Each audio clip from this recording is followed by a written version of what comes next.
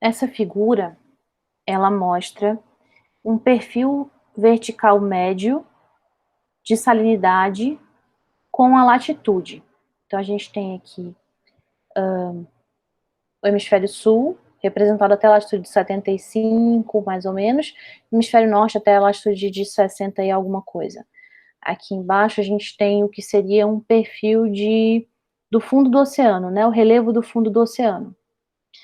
E as curvas de nível representam valores de salinidade em gramas por quilograma. Então, por exemplo, aqui eu tenho água do mar contendo 36,5 gramas de sais para cada quilograma de água e assim por diante. Tá? Então a gente vê claramente que os valores mais altos de salinidade ocorrem próximo à superfície, né?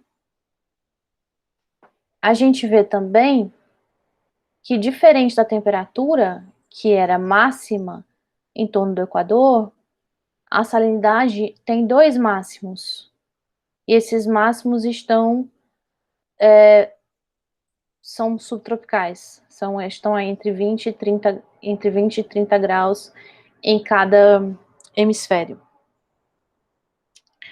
A gente tem também uma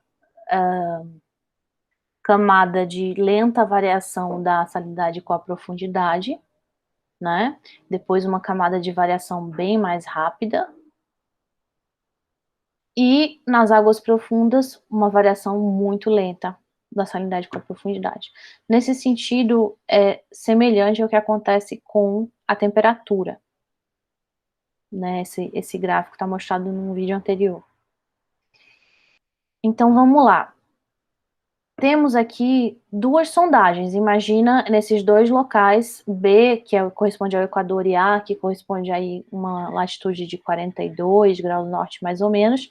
Imagina que chegaram navios aqui e desceram sondas e foram coletando amostras de água e medindo a salinidade.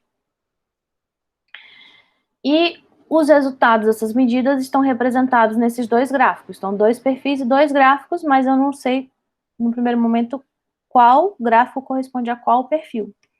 Então, como é que estão representados esses gráficos? Aqui tem salinidade e aqui profundidade. Então, aqui seria 0 de profundidade à superfície até 5.000, né? E aqui 0 de profundidade à superfície até pouco mais de 4.000. E aí, a pergunta inicial é: que gráfico corresponde a que sondagem? Então, tem duas formas de ver, na verdade. Uma é se a gente olhar para o valor da superfície, embora para esses gráficos não é tão seguro, mas aqui eu posso... Ah, sim, tá. Aqui em B, na verdade, não é tão bom olhar dessa maneira, porque tanto em B quanto em A, os valores são acima de 36. Dá a impressão que esse valor muito próximo a 36 corresponderia a esse perfil, porque está muito próximo da isolinha, enquanto que esse valor aqui, um pouco mais no meio do caminho entre 36 e 36,5, corresponderia a este perfil. De fato, eu tenho aqui a linha de 36 e 36,5. Mas uma forma mais certa é olhar para a variação da salinidade com a profundidade, que no Equador é muito mais rápida. É muito mais rápida do que nas latitudes médias. Então, como é que isso vai ser representado no gráfico, essa rapidez da variação da salinidade com a profundidade? Com uma inclinação mais horizontal da curva, né? Porque quanto mais horizontal a curva, maior variação de salinidade eu tenho para menor mudança de profundidade.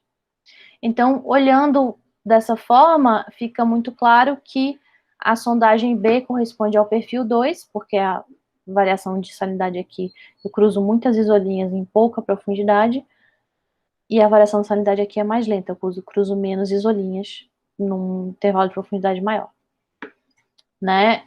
Então, a profundidade essa região de rápida variação da salinidade com a profundidade recebe o nome de haloclina. Halo vem de sal, né? Analogamente, a região de rápida variação de temperatura com profundidade se chama termoclina. E se vocês, a gente pode olhar aqui o outro gráfico da temperatura, veja que as haloclinas nos dois casos estão aí ocorrendo até um pouco acima dos 1.000 metros de profundidade, 700 ou 800, mais próximo a 1.000, chegando próximo a 1.000. E é o mesmo com a termoclina. Então, será que isso é uma coincidência? Na verdade, não, tá? Não tem nada de coincidência. O que acontece é o seguinte, os processos que controlam salinidade e temperatura no oceano acontecem na superfície, né? Quais são esses processos? Basicamente é o aquecimento, a energia que vem do sol, que tanto aquece a água quanto fornece energia para que ela evapore, e o vento, né? Então, qual a importância do vento? A importância do vento é dupla. Por um lado, os fluxos turbulentos na superfície que o vento induz aumentam muito a eficiência dos transportes de calor entre a superfície do mar e a atmosfera, seja de calor sensível ou de calor latente, ou seja, de aquecimento ou de evaporação da água, de aquecimento da atmosfera ou de evaporação da água. Por outro lado, e também muito importante, a gente está falando de um fluido, o oceano é um fluido, e o vento, ele produz mistura na camada superficial. Ele consegue induzir turbulência no mar. O vento, quando se bate com a superfície, produz turbulência de pequena escala, que auxilia muito a eficiência dos fluxos verticais, e o vento também produz turbulência na camada superficial da água. E essa turbulência induz mistura. Então, tanto a termoclina quanto a picnoclina mostram a influência progressivamente menor do vento sobre a camada, progressivamente menor da turbulência, a presença progressivamente menor de turbulência induzida pelo vento, tá? Então, por isso que a termoclina e a picnoclina acontecem aí mais ou menos à mesma profundidade, porque é o mesmo processo que gera elas. É uma influência progressivamente menor da turbulência gerada pelo vento.